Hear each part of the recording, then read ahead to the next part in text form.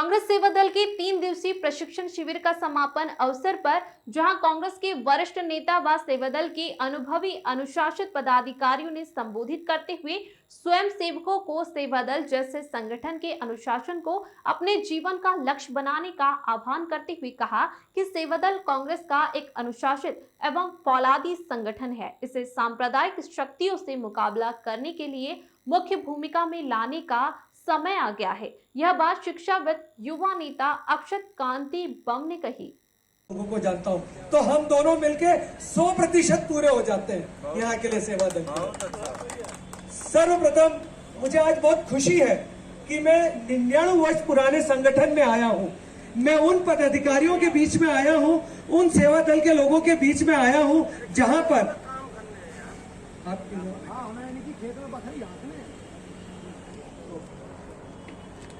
99 वर्ष पुराने संगठन में आया हूं और मुझे ये कहते हुए बहुत खुशी और हर्ष होता है कि मैं उन लोगों के बीच में आया हूं जहां के पद अधिकारी डॉक्टर राजेंद्र प्रसाद रहे हैं, जहां के पद अधिकारी सुभाष चंद्र बोस रहे हैं, जहां के पद अधिकारी क्रांतिवीर राजगुरु रहे हैं।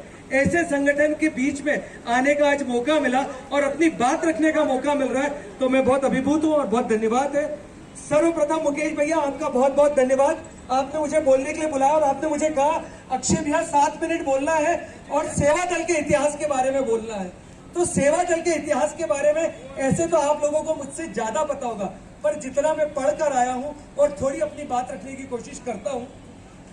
राम का नाम त्याग से है, राम का नाम त्याग से है, राम का नाम भारतीय संस्कृति से है, राम का नाम हमारे सनातन धर्म से है, राम का नाम सेवा से है। और जब राम का नाम सेवा से है और जो सेवा को राष्ट्र में बोलते ऐसा कौन है? सेवा दल है। तो ऐसे सेवा दल के बीच में आके बहुत बहुत धन्यवाद। 2 लोगों की बात करना चाहता हूँ, एक आपके हार्दिकर साहब की बात करना चाहता हूँ और एक कमलाकर साहब की बात करना चाहता हूँ। पहले थोड़ा सा परिचय दे, हमारे सब सीनियर पूछ रहे हैं आप हैं कौन। एक बार मेरा भाषण सिर्फ एक सेवा दल का छोटा सा कार्यकर्ता हूं जो आपके बीच में आके सेवा दल की बात कर रहा हूं, क्योंकि ये मंच किसी इंडिविजुअल का नहीं है, ये मंच किसी व्यक्ति विशेष का नहीं है, ये मंच संगठन का है। इसलिए सिर्फ संगठन की बात करूंगा। संगठन आया कैसे, ये संगठन खड़ा कैसे हुआ, इस संगठन के पीछे कौन था जो इस संगठन को एक विचारधारा के साथ लाया। आज की बात नहीं है, 99 वर्ष पुरानी बात है। कांग्रेस के 3 दिवसीय प्रदेश स्तरीय चुनावी प्रशिक्षण शिविर का शनिवार को गरिमामय आयोजन के साथ समापन हुआ, जिसमें अतिथियों ने संगठन शक्ति, इतिहास एवं वर्तमान राजनीति परिदृश्य पर बेबाक विचार रखे। पढ़ के गौरवान्वित होता हूं कि किन लोग इसके संस्थापक रहे हुए। संस्थापक कैसे रहे हुए? आप पैदा हुए, आपने सिर्फ देश में ही पढ़ाई नहीं करी, आपने अमेरिका में जाके पढ़ाई करी, आपने अमेरिका में भी मेडिसिन की पढ़ाई करी। मेडिसिन की पढ़ाई करके वहां आप किसके टच में आए? लाला लाजपत राय के टच में आए। वहां पे आपने भारतीयों को एकत्रित करा। जब भारतीयों को एकत्रित करा और सन 1921 में आपका भारत आना हुआ और जब झंडा फ्लैग मार्च चल रहा था, जिसको हम आंदोलन कहते हैं, जब उसकी गिरफ्तारी हो रही थी और उस गिरफ्तारी के अंदर सब लोग अंदर चले गए और इतिहास गवाह है, बहुत लोगों ने पेपर लिख के माफी मांगी और बाहर आए। तब ये सेवा दल के ही कुछ लोग थे जो सेवा दल बनाने वाले थे, उन्होंने माफी नहीं मांगी थी।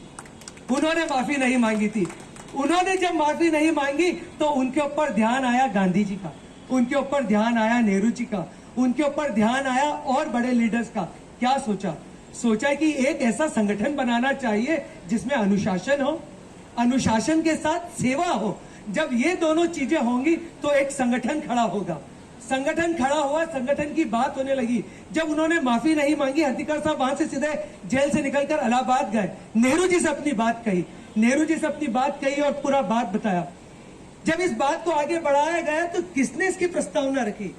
जब मुझे मालूम पड़ता है कि दीदी सरोजिनी नायडू ने सेवा दल के प्रस्तावना की बात रखी, ये अपने आप में बहुत बड़ी बात होती है कि सरोजिनी नायडू जी ने कहा कि हमें एक ऐसा संगठन खड़ा करना चाहिए जिसमें अनुशासन हो, जिसमें लड़ने का मादा हो, जिसमें सेवा करने का मादा हो। और वो फिर हुआ और उसके पहले चेयरमैन रहे, उसके अनुशासन की बात रख सकता है। अंत में अपनी कहानी सिर्फ इतनी सी बात से खत्म करूंगा। एक राजा हुआ, उसका एक बहुत अच्छा हाथी था, बहुत बलवान था। बहुत उसने उसको युद्ध जिताया। वो राजा इतना अच्छा हुआ कि वो चक्रवर्ती बन गया, चक्रवर्ती बन गया और इतनी बात होने लगी कि राजा से ज्यादा उस हाथी की बात होने लगी। राजा को अपने हाथी से बहुत प्यार हो गया, उस हाथी से इतना प्यार हो गया कि उसका लगाव हो गया। धीरे धीरे उम्र के साथ हाथी की उम्र बढ़ती गई।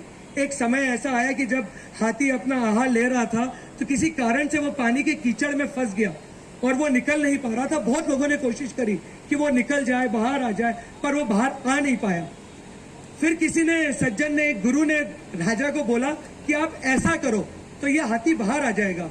अब वो क्या था, उन्होंने बोला आप बड़े बड़े नगाड़े बुलाओ, बड़ी बड़ी बीन बुलाओ और उसको बजाओ, आप मान के चलिए कि ये जो हाथी है ये बाहर आ जाएगा। राजा ने वैसा ही करा, बहुत सारे नगाड़े बुलाए, बैंड बुलाया, बाजा बुलाया और खूब जोर जोर से आह्वान करने लगे। जैसे ही आह्वान करने लगे वो जो बूढ़ा हाथी था ना, वो वहां से कीचड़ से उसने पूरा दम लगाया और बाहर निकल गया। क्यों बाहर निकला? क्योंकि वो जो हाथी था ना वो योद्धा था, और जो योद्धा होता है ना तो जब नगाड़े बजते हैं और जब बैंड बाजा बजता है तो उसको मालूम पड़ता है युद्ध होने वाला है, और जब युद्ध होने वाला है तो उसको अपनी क्या सेवा देनी है और क्या ताकत लगानी है उसको मालूम होता है। यहाँ पे ये बताने का कारण है कि जो सेवा दल है, ये सेवा दल वही मेरा हाथी, ये सेवा दल वही मेरा हाथी है। अरुण भैया, आप कमलनाथ जी और दिग्विजय सिंह जी और बाकी लोगों से बोले ऐसा नगाड़ा बजाए कि अगर ये घर से निकल गए और इन्होंने अगर बूथों पे काम करना शुरू कर दिया, मुझे कहते हुए कोई अतिशोक्ति नहीं कि 2023 में कांग्रेस की सरकार वापस आएगी। तो अंत में अपनी बात को इसी से विराम देता हूं। आप सिर्फ सेवा दल बोलिएगा, देश का बल, देश का त्याग, धर्म का बल, कर्म का बल, समर्पण का बल, 2023 में कांग्रेस का बल, 2024 में कांग्रेस का बल।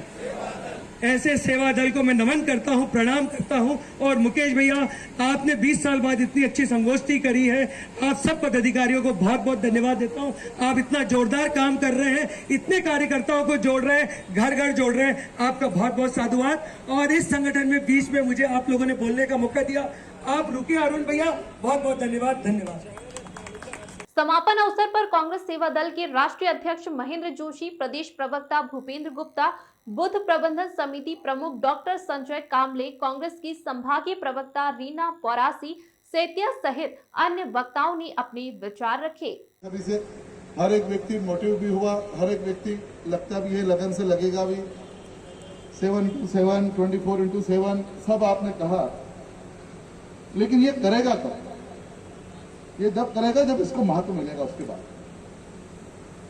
होता ये है, मैं विधायक हूं, आपने जिला अध्यक्ष बनाया, मेरे क्षेत्र में मुझे किसी को बनाना है, मैं नाम दूंगा, तो ये यही होना चाहिए। और नहीं बना तो मैं दूसरे दिन अध्यक्ष की शिकायत करूंगा कि अध्यक्ष को हटाओ, और हट जाता है। तो जब तक वो स्पॉट पे, गांव में, गली में जाकर अगर नहीं करेगा, मेहनत नहीं करेगा, गली में वास्तविक नहीं देखेगा वो व्यक्ति को, तो वो ऑटोमेटिक जो टेबल के ऊपर नाम आते हैं ना वही बनेंगे हमेशा। आज भी यही होगा भैया। मैं आपसे फिर निवेदन करूं कि आपने कहा, बहुत अच्छा कहा कि आप गांव के अंदर जाओ, गली के अंदर जाओ, मोहल्ले के अंदर जाओ, बूथ के ऊपर जाओ, लेकिन होगा यही वापस। लेकिन जब तक इनको कहीं ना कहीं महत्व नहीं मिलेगा, जब से आपने कहा कि हम शिविर को हम सर्वे कराएंगे, आप सजेस्ट करेंगे, वो एक मोटिवेशनल बात हुई। इनका जिस दिन इनके मन का व्यक्ति भी मिला इनको, तो 100% उसके लिए लग जाएंगे। और रही बात आपने अभी कहा कि हर एक व्यक्ति को अपना दायित्व निभाना चाहिए और बूथ के ऊपर उसको एक बूथ तो उसको लेना चाहिए, तो हर एक व्यक्ति ने उसको मान भी लेना चाहिए कि मेरा बूथ मेरा स्वाभिमान। अगर वो मान लेगा कि मेरा स्वाभिमान अगर मेरे बूथ से हार गया, मेरा कोई भी कांग्रेस पार्टी का लीडर, वो भले ही आपकी नहीं बनती हो उससे, तो उस दिन अपने आप में सेवा दल टॉप पे है। और निश्चित तौर पर मुझे पूरी उम्मीद है कि सेवा दल अपने आप में अब जाके वापस कहीं ना कहीं दिखने लगी है। ये हम लोगों को भी महसूस होता है। हम जब गांव में जाते हैं तो कहीं ना कहीं दिखती है। अगर हम महत्व देना चालू करेंगे तो निश्चित तौर पर आपको भी महत्व मिलेगा, राजनीति में भी महत्व मिलेगा। और जब मैं तो ये कहूं कि कोई को भी, जैसे मैंने कहा कि उसको 3 से 4 साल सेवा दल का भी काम करना चाहिए, और मैं तो माननीय सभी ऊपर वालों से भी कह चुका। अतिथियों का प्रतीक चिन्ह भेंट कर प्रदेश अध्यक्ष योगेश यादव, शहर अध्यक्ष एवं शिविर आयोजक मुकेश यादव एवं कैंप कमांडर हरिशंकर रॉय ने सम्मान किया। संचालक मुकेश ठाकुर ने तथा अंत में आभार शिवराधिपति हरिशंकर रॉय ने माना।